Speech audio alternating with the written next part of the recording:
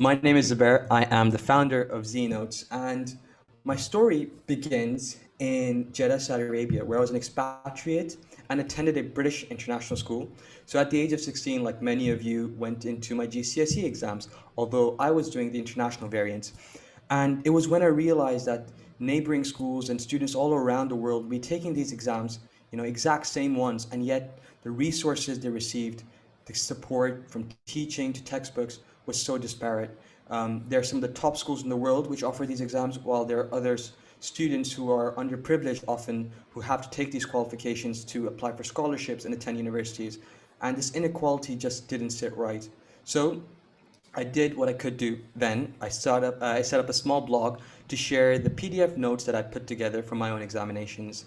And it has been 7 years since that day of starting a small blog. And today, ZNotes is a community-led online learning platform that allows students to maximize their potential by having absolutely free access to high quality educational resources, from those initial revision notes to live videos, podcasts, newsletters, and tying it all together with a peer-to-peer learning space.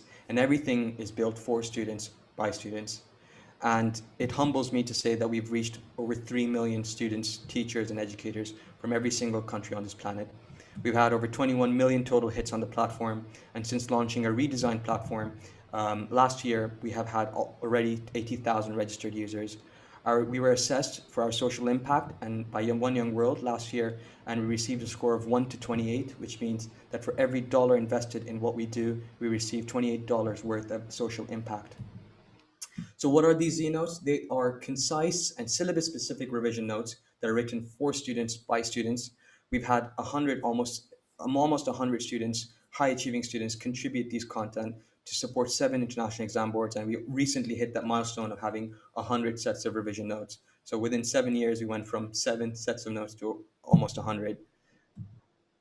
During the pandemic, we realized there was even further inequalities and inconsistencies with the type of online education that students were receiving, depending on the affluence of a school. Some Zoom classes were excellent, while others were not watchable.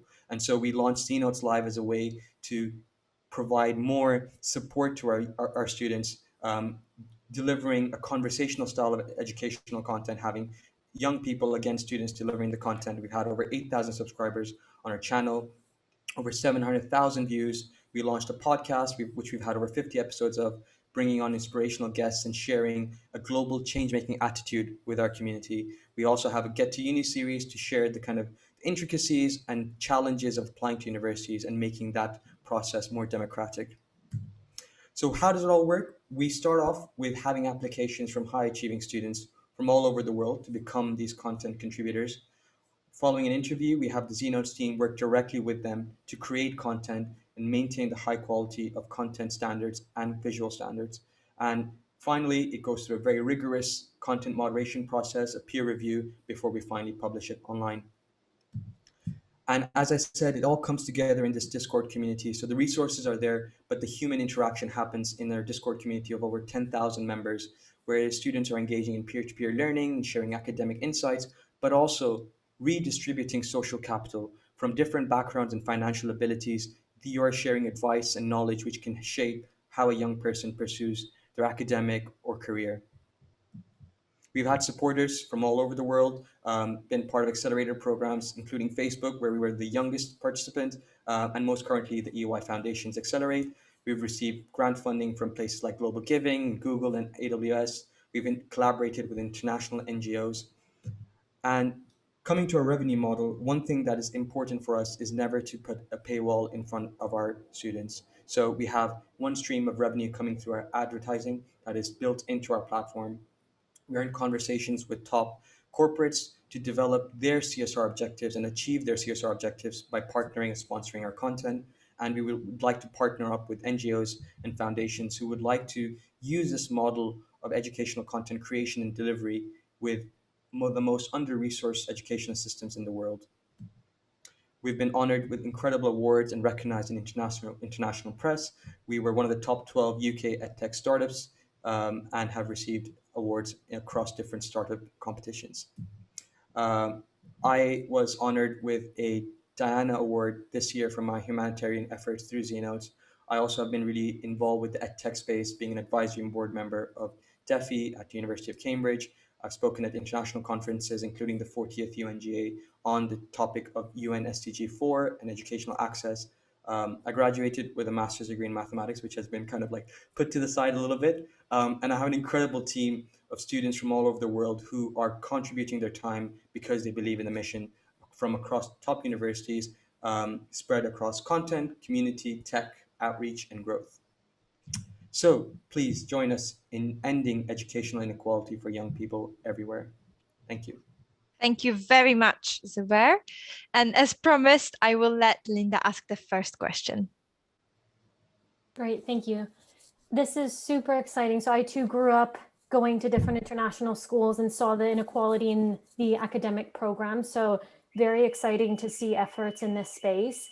And my question is around kind of as part of your strategy in partnerships, are you looking to also partner with academic institutions to ensure that this kind of, I guess, more D2C model is also encouraged as part of their academic offering? A little bit, yes. Although we are quite, the challenge with education institutions is that there are bureaucracy and kind of hoops to jump through. So we've tried in many cases, but have come across those challenges. The bottom up approach has been really powerful for us because we've been able to attract and get into these systems. And one thing that I forgot to mention is that all this growth has been absolutely organic. We've not gone anywhere to market what we do. And this kind of student-led, almost like a movement type of approach, means that students are coming to our platform and leveraging our content without being kind of like pushed down from education institutions. We do think that there are some amazing organizations that we need to leverage, especially if we would like to strategically focus on the most under-resourced exams. So I'm talking about less developed countries which have national curriculums that are unfortunately either under-resourced in terms of content or teachers or even schools. And what we would like to propose is that using this kind of community-led approach, you can actually uplift an education system with minimal costs and high impact. Great, thank you. Thank you. Shan, would you like to ask your question? Thank you. That's great. I wanted to ask a bit more. You said about partnering and sponsoring content in terms of what corporates can do. Sponsoring, I can get my head around, but partnering, what would a partnership look like? Say, you know, if you were coming to EY, what would you want from us? Thank you. So sponsorship, yeah, I think we have a few tiers with different kind of levels of engagement in terms of brand exposure. Partnership is a more exciting one, and we know that it might be a little tough sell for most corporates, but it could be really exciting because what we believe is that there is a potential through our platform to leverage and disseminate lots of important content around sustainability, around financial literacy, around career guidance, and we would like to work with people in the industry to bring this content together. So delivering and developing content courses, whether it's through text-based or video-based or through webinar sessions where we can kind of bring experts from your organization to come share their insights with our community. That's how we imagine what a partnership would look like. Although I realize that this is a more of an invested approach in terms of having a corporate on board with us. Thanks, Zubair. That's really useful. Thank you.